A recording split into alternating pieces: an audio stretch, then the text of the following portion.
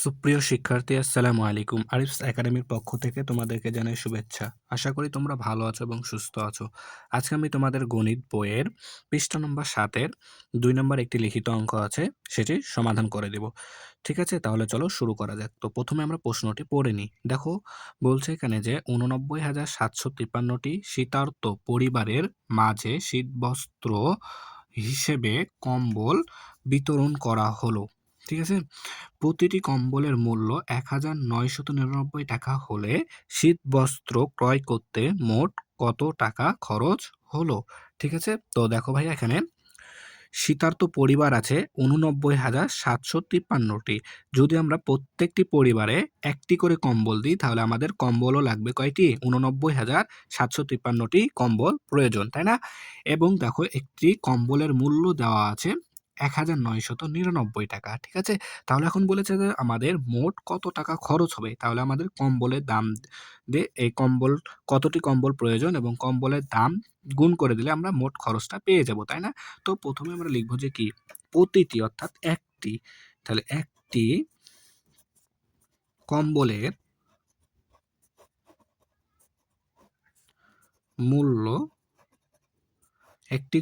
মূল্য সমান সমান ১,৯৯৯ টাকা, তাই না?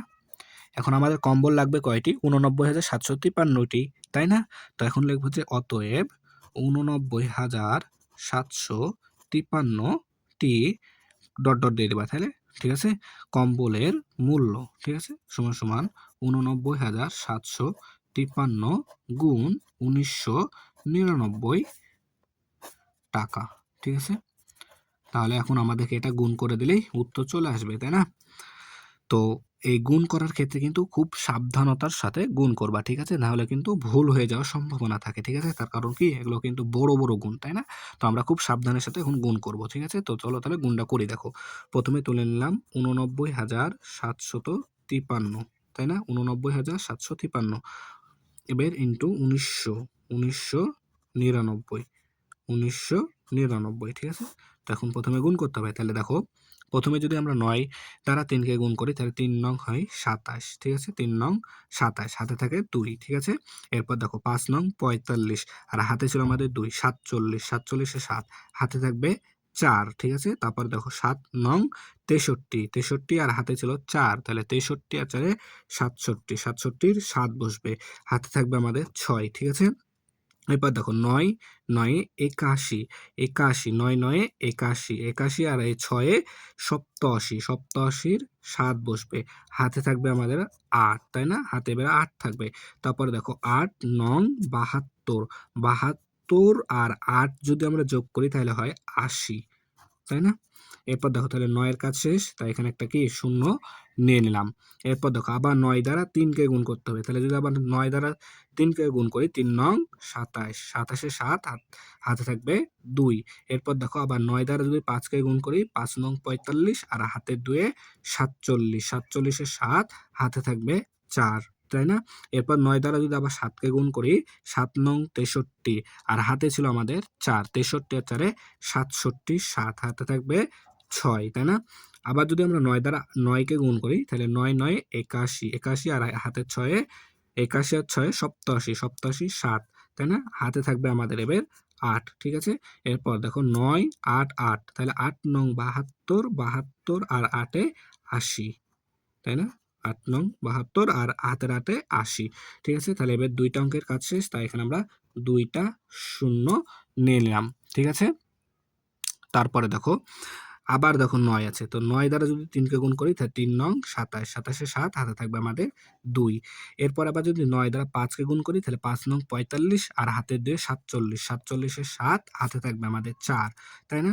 এরপর দেখো আবার ৯ দ্বারা ৭কে গুণ করতে হবে, তাহলে ৭ নং ৬৩, ৭ নং ৬৩ আর হাতে ছিল ৪, তাহলে ৬৭, ৬৭ এর ৭, হাতে থাকবে ৬, ঠিক আছে? হাতে এবার আমাদের ৬ থাকবে, ঠিক আছে? এরপর দেখো ৯ ৯ ৮১, ৮১ আর ৬ এ ৮৭, ৮৭ এর ৭, হাতে থাকবে আমাদের ৮, ঠিক আছে? এরপর দেখো ৮ নং ৭২, ৭২ আর ৮ এ ৮০, তাই না? ৭২ আর ৮ এ ৮০। এরপর দেখো, তাহলে এখানে ৩টা অঙ্কের কাজ শেষ, তাই এখানে আমরা সিরিয়ালে ৩টা শূন্য নিয়ে নিব, তাই না? তারপরে দেখো, তাহলে এবার 1 দ্বারা গুণ করতে হবে। তাহলে 3 একে 3, 5 একে 5, 7 একে 7, 9 একে 9 আর 8 একে 8। ঠিক আছে না? এরপর তাহলে দেখো সবগুলোর কি গুণ করা শেষ। ঠিক আছে? এরপর কি আমাদের কাজ যোগ করে দিতে হবে। তাই না? তো একটু সুন্দর করে টান দিয়ে নিলাম। এবার আমরা যোগ করব। তো দেখো 7 এর সাথে 0 যোগ করলে 7 ই হয়। ঠিক আছে? তারপর দেখো 7 আর সাথে 14, 14 আর 0, তাহলে 14 এর সাথে 0 যোগ করলে 14 হয়। 14 4 বসবে। হাতে থাকবে আমাদের 1। ঠিক আছে না? এরপর দেখো 7 সাথে 14, 14 আর সাথে 21, 21 আর হাতে ছিল 1, 22, 22 এর 2 হাতে থাকবে এবার 2। ঠিক আছে না? এরপর দেখো 7 আর সাথে 14, 14 আর সাথে হচ্ছে 21, 21 আর 3 হচ্ছে 24, 24 আর হাতে ছিল 2, 26, 26 এর 6 হাতে থাকবে আবারও 2, তাই না? এরপর দেখো 0, তাহলে 7 সাথে 14, 14 আর 5 14, 14 আর 5 19 আর 2 21, 21 এর 1 হাতে থাকবে 2। ঠিক আছে? এরপর দেখো 8 আর 7, তাহলে 8 আর সাথে 15, 15 আর সাথে 22, 22 আর 2 24, 24 এর 4 বসবে। হাতে কিন্তু আবারও 2 থাকবে। ঠিক আছে? তারপর দেখো 8 আর 9, তাহলে 8 আর 9 যোগ করলে হয় 17, 17 আর 2 হয় 19, 19 এর 9 হাতে থাকবে 1। ঠিক আছে? হাতে থাকবে 1। এরপর দেখো 8 আর 8 এর 16 আর হাতে রেখে 17। ঠিক আছে? তাহলে দেখো আমাদের গুণ করা কিন্তু খুব সহজে হয়ে গেল, তাই না? তো দেখো এটা যদি আমরা কমা বসাই, তাহলে 3 ঘর পর কমা বসাতে হয় প্রথমে, তারপর 2 ঘর পর, তারপরে 2 ঘর পর। তাহলে আমাদের দেখো সংখ্যাটি হলো 17,94,16,247। তো এটা আবার আমরা এখন এখানে সুন্দর করে কি লিখে নিব, তাই না? তাহলে 17,94,16,247 টাকা, তাই না? 17 কোটি, তাহলে দেখো যে এখানে পেলাম যেটা আমরা 17,94,16,247 টাকা। ঠিক আছে? তাহলে এখন আমরা এখানে লিখে নিব। তাহলে অতএব শীত বস্ত্র ক্রয় করতে মোট খরচ, মোট খরচ। ঠিক আছে? তাহলে মোট খরচ কত পেলাম আমরা? 17,94,16,247। ঠিক আছে? এখানে টাকাটা লিখে দিবা। ঠিক আছে? টাকা। তাহলে এটা হচ্ছে আমাদের উত্তর। তাহলে উত্তর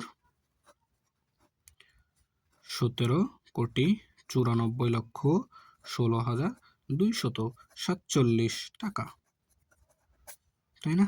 তাহলে খুব সহজ অঙ্ক কিন্তু, খালি আমাদেরকে কি করতে হবে? গুণটা একটু সাবধানতার সাথে করতে হবে। তাহলে আমরা খুব সহজে গুণের অঙ্কগুলো করতে পারবো। তাহলে এই অঙ্কের মাধ্যমে গুণের অংশটি আমাদের শেষ হয়ে গেল। ঠিক আছে? পরবর্তী ভিডিও থেকে আমরা ভাগ শিখবো। ঠিক আছে? তাহলে আজকে এই পর্যন্তই। ভিডিওটি ভালো লাগলে অবশ্যই লাইক, কমেন্ট, শেয়ার করতে ভুলবে না এবং পরবর্তী ভিডিও সবার আগে পেতে আমাদের চ্যানেলটি সাবস্ক্রাইব করে রাখো। আল্লাহ হাফেজ। আসসালামু আলাইকুম ওয়া রাহমাতুল্লাহ।